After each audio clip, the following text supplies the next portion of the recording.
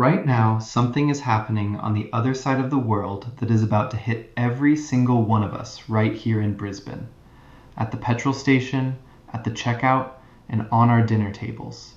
And honestly, it's the reason I've decided to start this challenge. On the 28th of February 2026, the United States and Israel launched coordinated strikes on Iran. What followed wasn't just a military conflict. It triggered what experts are now calling the largest disruption to global energy supply since the 1970s oil crisis. Here's why that matters to you and me. There is a narrow stretch of water between Iran and Oman called the Strait of Hormuz. It is only 34 kilometers wide at its narrowest point, and through that tiny gap flows approximately 20% of the entire world's oil supply, around 20 million barrels every single day. Since the conflict began, Iran effectively shut it down. Tanker traffic dropped by 70% almost overnight. Over 150 ships are currently anchored outside the strait, waiting. Because the insurance risk of passing through is now so high that most ship owners simply won't do it. When that much oil stops moving, prices go up, fast. Australia imports around 90% of its liquid fuel. That means what happens at the Strait of Hormuz flows directly to the bowser at your local servo. Analysts are warning Australians could be paying up to $1 per litre more for petrol if the strait remains closed for 3 months. The NRMA has already flagged a 10% price rise at the pump.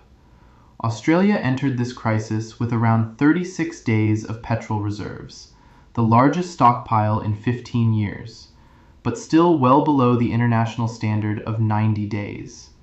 And here's the thing most people aren't talking about yet. Fuel doesn't just power your car. It powers the trucks that deliver food to your supermarket. It powers the machinery that farms the food. Oil and gas are also raw materials for fertilizers used in farming. Nerdy nav, meaning when fuel prices rise, food prices follow, every single time. And this is where it hits home, because we were already struggling before any of this happened. I walk past these shelves every week. I see the prices. A loaf of bread, a dozen eggs, a block of cheese, the basics. And I think, when did this get so expensive? We've had interest rate rises, we've had inflation, we've had cost of living pressure for years now. And just when it felt like things might ease up, this happens.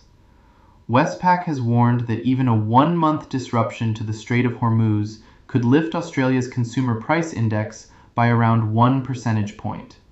A 3-month disruption could spike inflation even further. That flows directly into grocery prices. So I started thinking, what can I actually control here? I can't fix a war. I can't reopen the Strait of Hormuz. I can't control what happens to global oil prices. But I can control what I spend.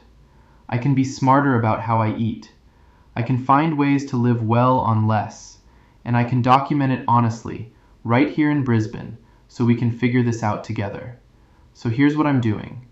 Every week, I'm going to walk to Woolies. Right here, this walk you're watching right now. And I'm going to buy my lunch. Real food, affordable food.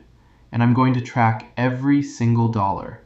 No takeaway, no Uber Eats, no excuses.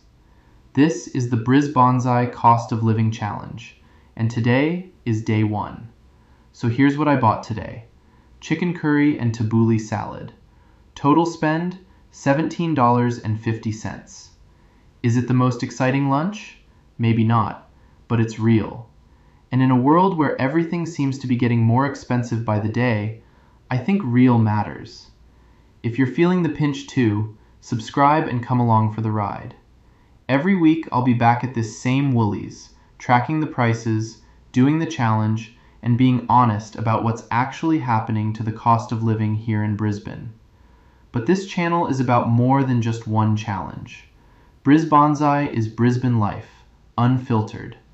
That means honest food reviews from across Brisbane's food scene, real challenges that actually matter, and travel, from weekend escapes to wherever life takes me next.